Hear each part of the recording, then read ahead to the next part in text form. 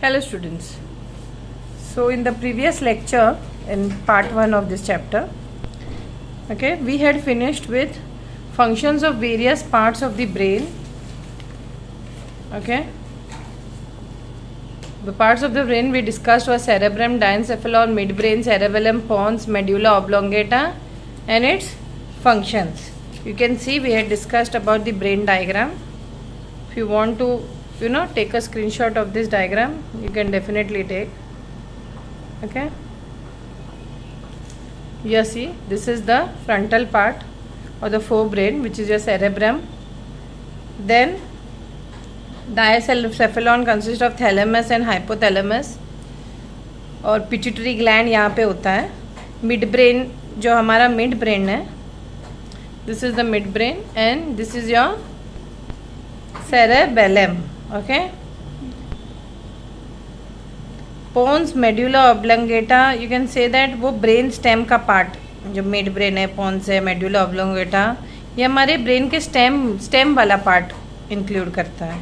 और स्पेशली जो hind brain, हमारे ब्रेन के पीछे वाला पार्ट उससे डील करता है. Okay, so this was about brain. Today we are going to discuss about, as you can see the photo or the picture, it is the spinal cord. तो spinal cord, as you know, हम day to day activities करते हैं, उसमें हमारी bending involve होती है. हम जो बेंड होते हैं या हम जो खड़े रुकते हैं या जो कोऑर्डिनेशन है ब्रेन का और बॉडी का, ये सब का मेन इम्पॉर्टेंट हमारे स्पाइनल कॉर्ड से लेना देना है. ठीक है, तो spinal cord as you can see it extends from the medulla to lumbar region. तो हमारे जो मेड्यूला से लंबर रीजन तक वो एक्सटेंड होता है. यानी कि हमारा मेड्यूला कहाँ था, हमारा मेड्यूला ये पार्ट था, यहीं से शुरू होता है. या क्या होगा, हम उसको ऐसे जॉइंट कर ले, देखिए ऐसे बन जाएगा, है ना. मेड्यूला से स्टार्ट होके फिर वो लंबर रीजन तक, ये पूरा लंबर रीजन है हमारा, यहाँ तक एक्सटेंड होता है.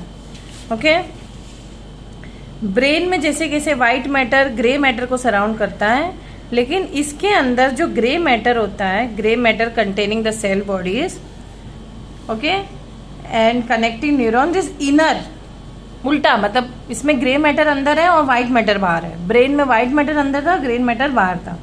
वाइट मैटर में क्या होता है, white matter contains axons running longitudinally to and fro from the brain. यानी कि यहाँ से नसें ब्रेन को जा रही, ब्रेन से भी नसें वापस यहाँ आ रही है, और वो ज़्यादा करके वाइट मैटर में वो एक्सॉन्स आपको मिलेगा.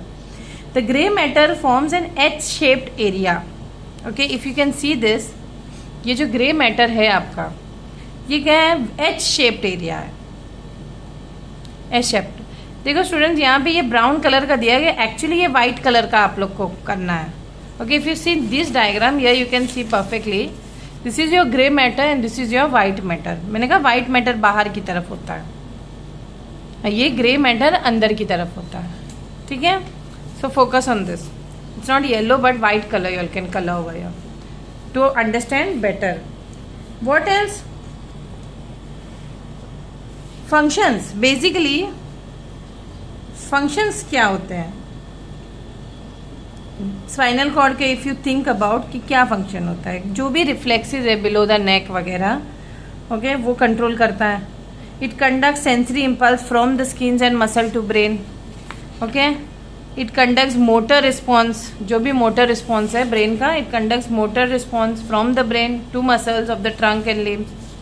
मोटर रिस्पॉन्स क्या होता है, जहाँ पे आपको मोटर एक्टिविटीज़, भागना, दौड़ना, ओके, फ्रॉम द ब्रेन जो भी मैसेज आता है, मसल्स तक जाना है या लिम्स तक जाना है, क्योंकि भागोगे दौड़ोगे मसल से ही तो ना.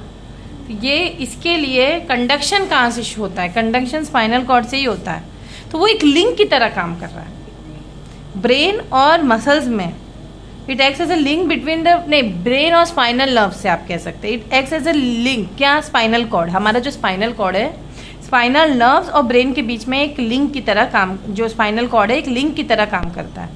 तो जो भी कॉन्शियस एक्शंस है हमारे मूवमेंट से रिलेटेड, वो हमारे मूवमेंट से, या कोई भी कॉन्शियस एक्शंस है, वो हमारे स्पाइनल कॉर्ड बहुत इसमें इन्वॉल्व होते हैं. ठीक है, very important. And if you see the diagram, ये जो अगर आप इस बोन्स को गौर से देखिए, जो ऊपर के 7 बोन्स है उसको हम सर्वाइकल बोलते हैं. ओके, सर्वाइकल स्पाइन भी बोलते हैं. ये पूरा 70 सेंटीमीटर का होता है। कितना होता है? 70 सेंटीमीटर। उनमें से आप देख सकते हो जो 7 बोन्स है, जो 7 बोन्स है वो सर्वाइकल स्पाइन है। ओके, थोरेसिक स्पाइन हमारा जो है, हम टी लिख रहे हैं उसको, वो 12 बोन्स है। ठीक है, फिर हमारा लंबर स्पाइन जो है वो 5 बोन्स है, यानी कि टोटल आप करिए, टोटल आएगा 33। ठीक है, फिर सैक्रम जो है, जो सैक्रम की जो बोन होता है जो नीचे की तरफ, वो फ्यूज्ड हो जाती है, यानी कि सारे जो बोन्स है मिलके एक हो जाते हैं। तो सैक्रम जो है लंबर के नीचे रीजन होता है, और अक्सर जो लंबर रीजन होता है हमारी जो कमर के पास, यानी कि वही जो दर्द वगैरह हमें होता है, lumbar 1, L1, L2, L3, L4, 5 बोलते हैं नहीं, हमें यहीं पे तकलीफ है, L2 में तकलीफ है, L2 मेरे खिसक गई, जो भी है। ओके, नाउ सैक्रम जो है हमारा 5 होता है, फ्यूज होके एक हो जाते हैं। और जो कॉकिक्स होता है हमारा, वो हमारे, वो भी फ्यूज्ड ही होता है, वो भी फ्यूज होके एक हो जाते हैं, वो हमारे क्या होते हैं? 4 होते हैं। आप टोटल करिए, वो कितना हो जाएगा? टोटल कितना है? 33। टोटल हमारा 33 वर्टेब्रे, टोटल हमारे 33 वर्टेब्रे। ओके, इनके बीच में इंटरवर्टेबल डिस्क भी होता है, जो स्ट्रेंथ और मेन काम हमारा क्या है? स्ट्रेंथ, ये स्पाइन का क्या है? Strength of mobility they. So I hope you have understood this part. Here again they have marked, here it is marked that जो भी नर्व फाइबर होता है वो कंडक्ट करता है sensory information from reflex act to brain. Okay, और nerve fibre conducting impulse from brain to reflex, यानी कि टू एंड फ्रो एक्शन यहाँ पे बताया जा रहा है। कौन सा action? To and fro. If you can see it is shown that to and fro actions. Okay, you can focus on this diagram. Okay, very important, white matter और grey matter. White matter यहाँ पे बाहर है, grey matter अंदर है, brain का just opposite. Now next is peripheral nervous system.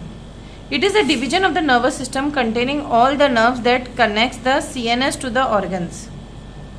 यानी कि सेंट्रल नर्वस सिस्टम को जो कनेक्शन होता है, तो जो CNS जो होता है हमारे, वो ऑर्गन से कनेक्टेड होता है, या लिम्ब से कनेक्टेड, या स्किन से कनेक्टेड। यानी कि जो सेंट्रल नर्वस सिस्टम, जो ब्रेन का सिस्टम है, हमारे सारे ऑर्गन से, लिम्ब से, स्किन से कनेक्टेड होता है ना, सब कनेक्शन है, एक दूसरे से कनेक्टेड है इन लोग।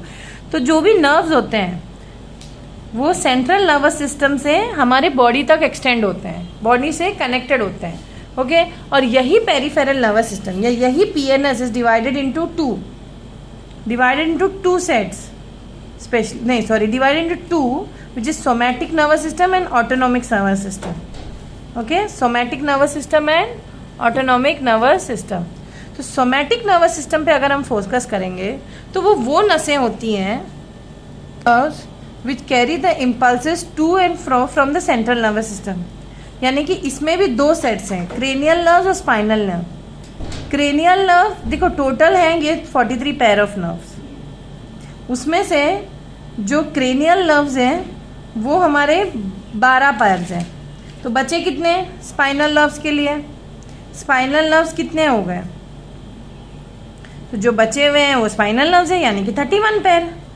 तो क्रेनियल नर्व हमारा 12 पेयर है, स्पाइनल नर्व हमारा 31 पेयर है, टोटल हुआ 43 पेयर ऑफ नर्व। ओके, तो जो क्रेनियल नर्व्स वो क्रेनियम से ओरिजिनेट करते हैं, और बेसिकली उसमें किस टाइप के सेंसरी होते हैं, किस टाइप के सेंसेस वो एक्सेप्ट करते हैं? ऑल्फैक्टरी यानी कि स्मेल, ऑप्टिक यानी कि आँखों से रिलेटेड, ऑडिटरी यानी कि सुनने से रिलेटेड, मोटर जहाँ पे हम कुछ मोटर एक्टिविटी करें, या मिक्स्ड फेशियल या ट्राइजेमिनल, ये सारे।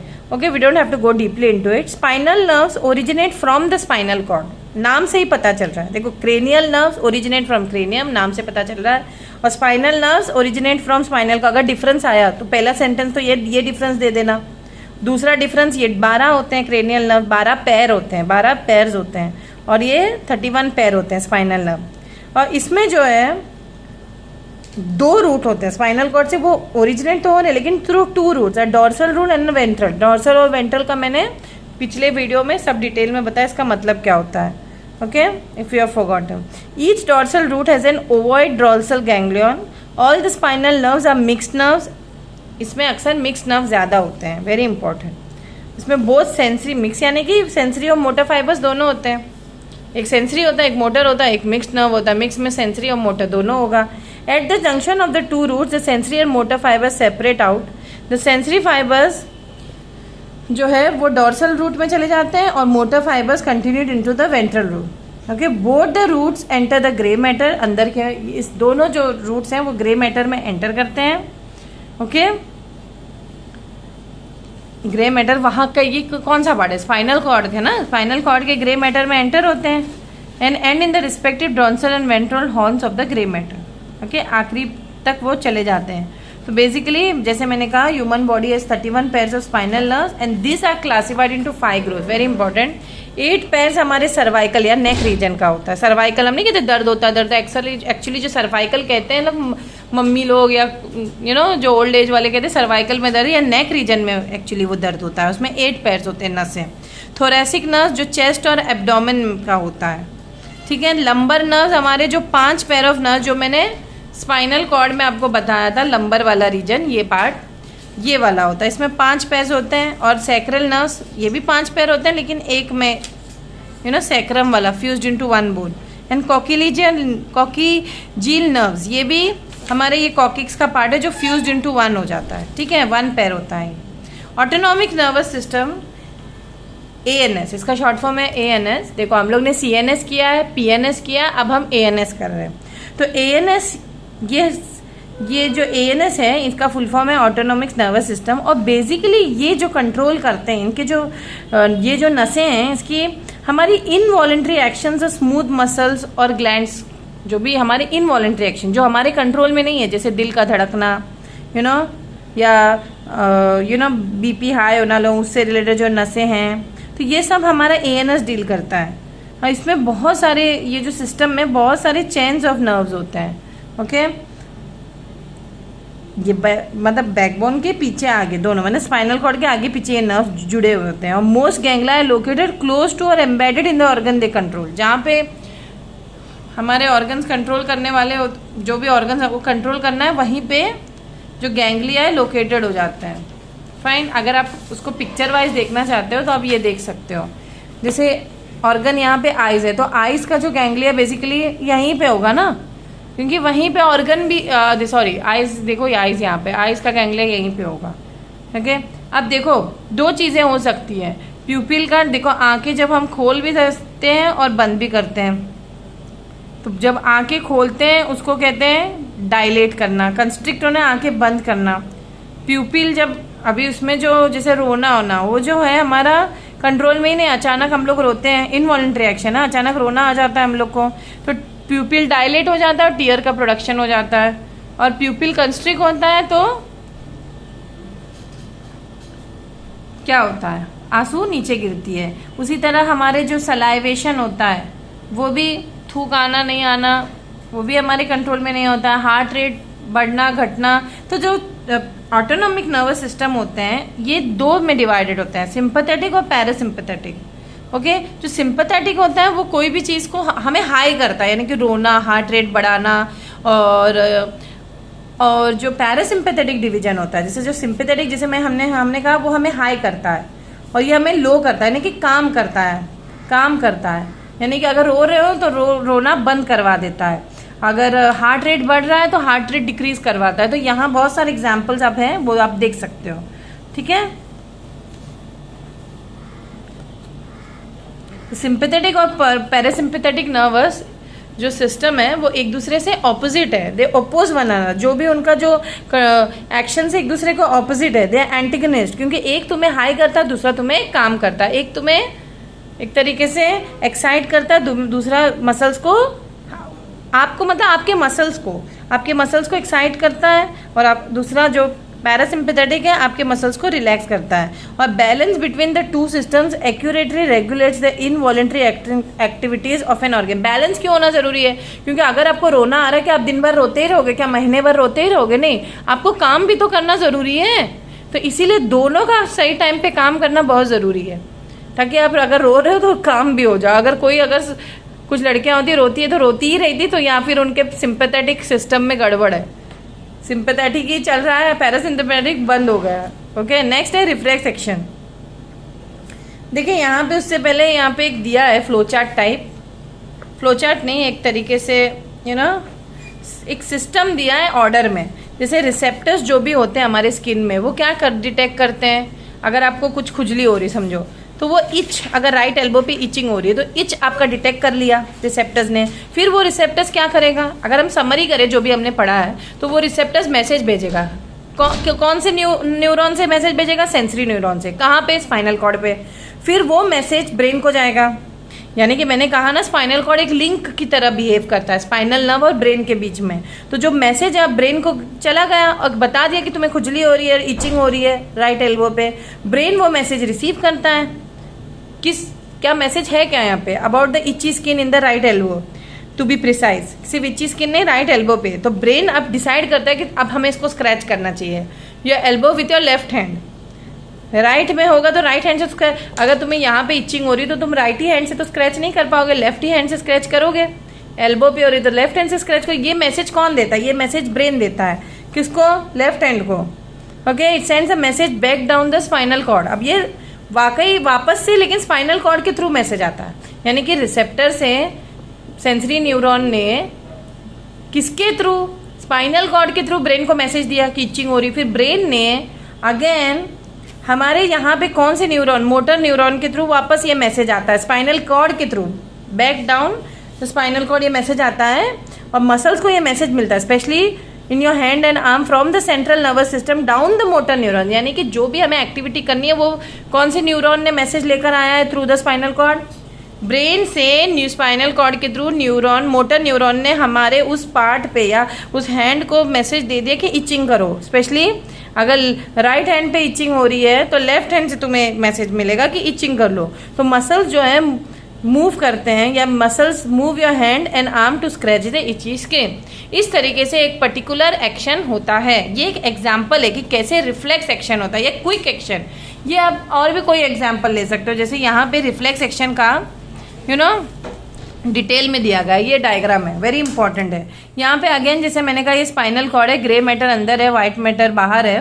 ओके, और यहाँ पे ये हैंड है। हैंड को जैसे यहाँ पे मैंने रिसेप्टर सेल, आग को तुमने छू लिया तो रिसेप्टर सेल जाएगा सेंसरी न्यूरॉन से स्पाइनल कॉर्ड के थ्रू ब्रेन को मैसेज देगा कि आपको आग छुआ है। अब वापस से मोटर न्यूरॉन के थ्रू वापस ब्रेन से मैसेज स्पाइनल कॉर्ड के थ्रू उसी हैंड पे आता है।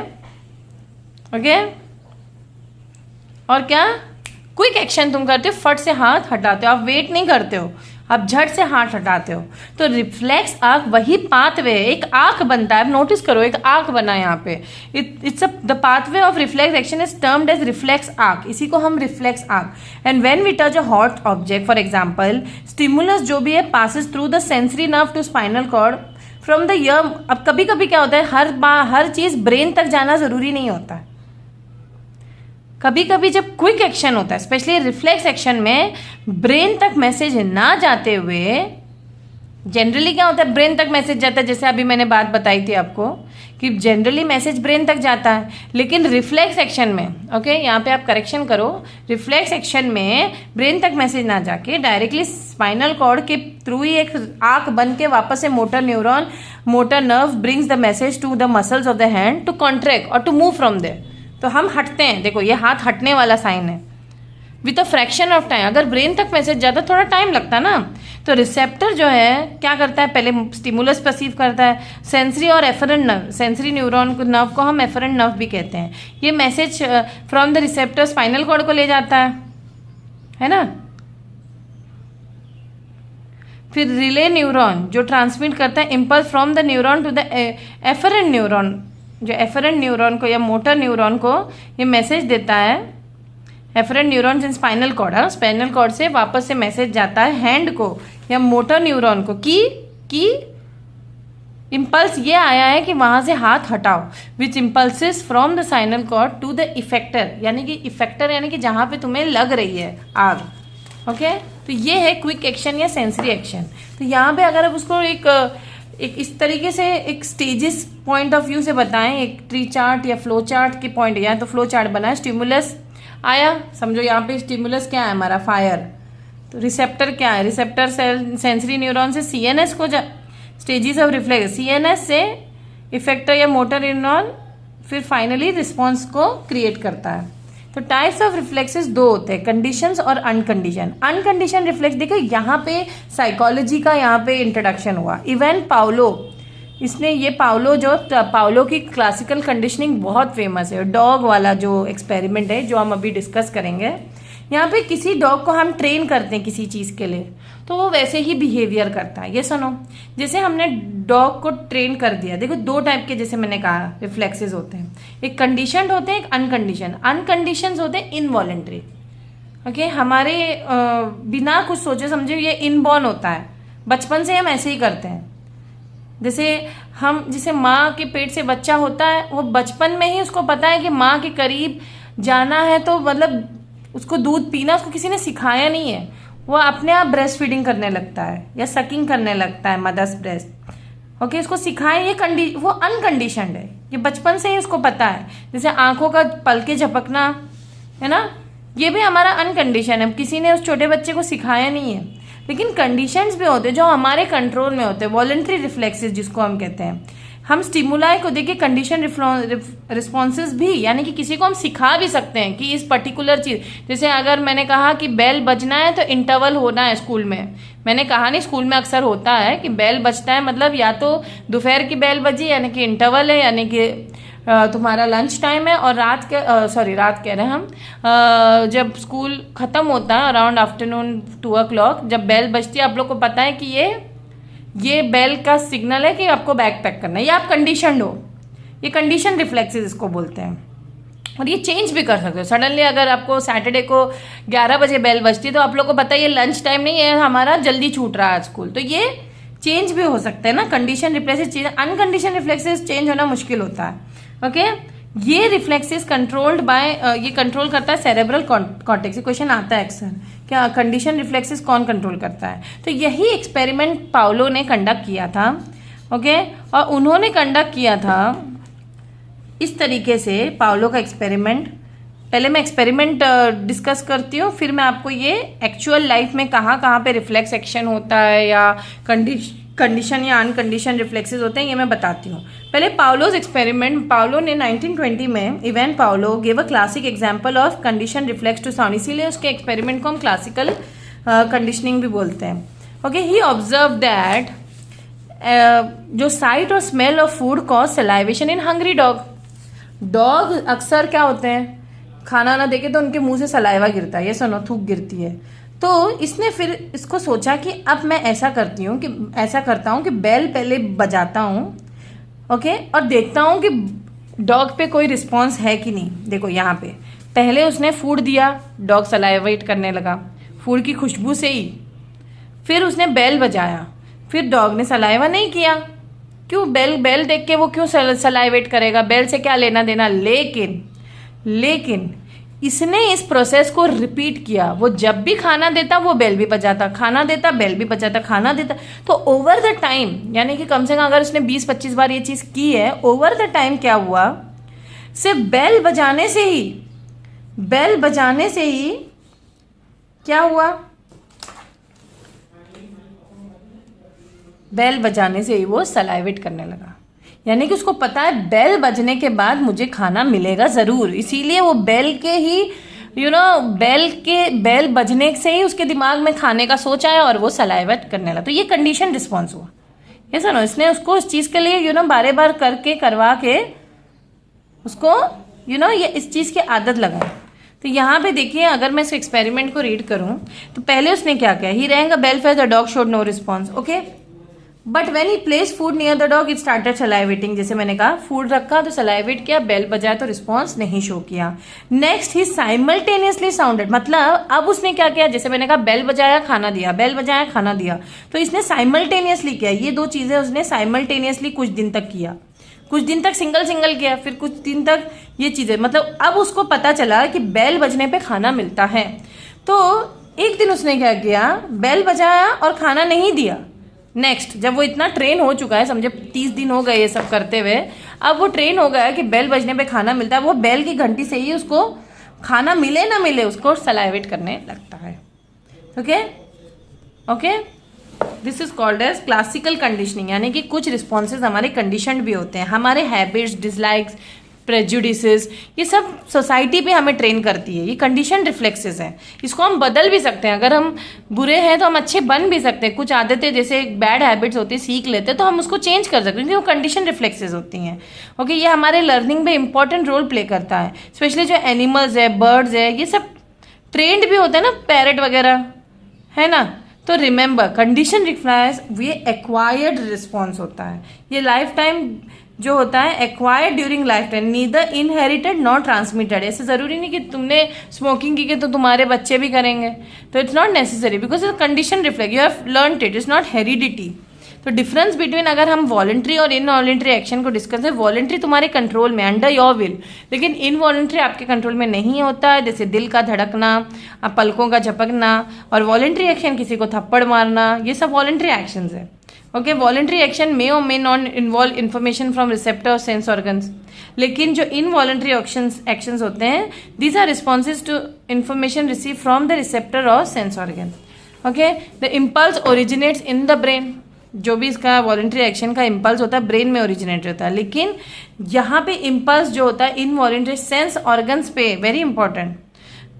और यहाँ पे वॉलंट्री एक्शन में ब्रेन, मोटर नर्व फाइबर्स और इफेक्टिव ऑर्गन्स ज़रूर इन्वॉल्व होते हैं, लेकिन इनवॉलंट्री एक्शंस में receptor, sensory nerves, interneuron, motor nerve fibres और इफेक्टर, ये चीज़ें इन्वॉल्व होती हैं। ठीक है, अब I hope you have understood this part. Okay, the third part I will do in the next lecture, that is your sense organs. Hello students, तो हम लोग चैप्टर करने जा रहे हैं। इनफैक्ट एक पार्ट इसका हो गया है। इस चैप्टर का नाम है sense organ, nervous system and sense organs. Okay, तो नर्वस सिस्टम का पहला पार्ट जो चैप्टर का वो था brain, we had done brain. Okay, अगर हम उसको थोड़ा सा रिवाइज करें तो ब्रेन ऐसा दिखता है। Okay, and brain is basically divided into 3 main parts, जो यानी कि फोर ब्रेन जो सामने वाला पार्ट है, mid brain and your hind brain जो पीछे वाला पार्ट है। ओके, ये हमारा ब्रेन स्टेम है, ये हमारा सेरेबेलम है, और जो हमारे हाइंड ब्रेन का पार्ट है। और मिड ब्रेन में हमारा पिट्यूटरी ग्लैंड, पोन्स ये आता है, और फोर ब्रेन में cerebrum, thalamus, hypothalamus, you can consider this. So if you want in detail, the functions of all the parts are given in this table. आप ये टेबल को स्क्रीनशॉट ले सकते हो। ओके, बट टुडे जो topic हम discuss करने जा रहे हैं वो है स्पाइनल कॉर्ड। ओके, आप लोग डे टू डे लाइफ में कितनी बार उठते हो, बैठते हो, झुकते हो, खड़े होते हो, एंड ऑलमोस्ट हम लोग अब इस एज में आप लोग हो गए 50-60 किलो तो होंगे या उससे भी कम हो सकते हैं। बट द पॉइंट इज़, इतना सब लोड बॉडी कैसे मैनेज करता है, कैसे एक कोऑर्डिनेशन और कंट्रोल रखता है बॉडी का, तो ये बेसिकली ब्रेन और स्पाइनल कॉर्ड मिल के करते हैं। तो स्पाइनल कॉर्ड, अगर हमसे स्पाइनल कॉर्ड की बात करें तो अगर हम डायग्रामेटिकली बात करें तो स्पाइनल कॉर्ड आप देखिए, इट्स डिवाइडेड इनटू क्या, ओके, देयर आर 7 बोन्स जो है, ये जो टॉप पार्ट है ये हमारा सर्वाइकल स्पाइन है, सर्वाइकल पार्ट है, यानी कि सर्वाइकल के 7 बोन्स, ये जो सर्वाइकल पार्ट है ये, यानी कि नेक रीजन वाला पार्ट है। आप लोग नोटिस करते होंगे जो दर्द होता है, जो स्पेशली आप लोग के मम्मी या ओल्ड एज में होता है, या कभी कभी कम एज में भी हो जाता है, ये नेक रीजन में जब दर्द होता है हम कहते हैं सर्वाइकल पेन हो रहा है, सर्वाइकल पेन हो रहा है, राइट। उसके बाद आप देख सकते हो जो बचे हुए बोन्स हैं वो थोरैसिक स्पाइन कहेंगे हम उसको, और ये 12 बोन्स है। उसके बाद लंबर स्पाइन जो कमर रीजन में, अक्सर जो कमर दर्द उठता है वो इन्हीं L1, L2, L3 ऐसे बोलते हैं ना, L2 मेरा खिसक गया है, L3 थोड़ा इधर हो गया, उधर हो गया, इधर उधर होने या सूजन होने से हमें कमर में दर्द होती है। उसके बाद आप देखें ये 5 बोन्स होते हैं। उसके बाद जो सैक्रम है बिल्कुल नीचे एकदम टेल जैसे, तो वो 5 बोन्स होते हैं लेकिन फ्यूज्ड होते हैं, यानी कि एक तरीके से वो फ्यूज़ हो गया एक दूसरे में, लग नहीं रहा है कि 5 बोन्स है। उसके बाद जो कोकेक्स होता है वो भी 4 बोन्स होते हैं लेकिन वो भी फ्यूज्ड होता है। ओके, तो अगर हमने पूरा लिस्ट यहाँ पे दिया है कि C यानी cervical, T thoracic, then you have lumbar, then you have sacrum and you have coccyx, all number is given, you can total it up, कितना होता है 33 बोन्स है। तो स्पाइनल कॉर्ड बेसिकली हमारा फंक्शन क्या करता है, जो भी हमारे रिफ्लेक्सेस होते हैं बिलो द नेक, जो भी बिलो द नेक रिफ्लेक्सेस होते हैं वो कंट्रोल करता है। हमारे जो सेंसरी इम्पल्सेस होते हैं स्किन से, ओके, और मसल से, वो ब्रेन तक पहुंचाता है।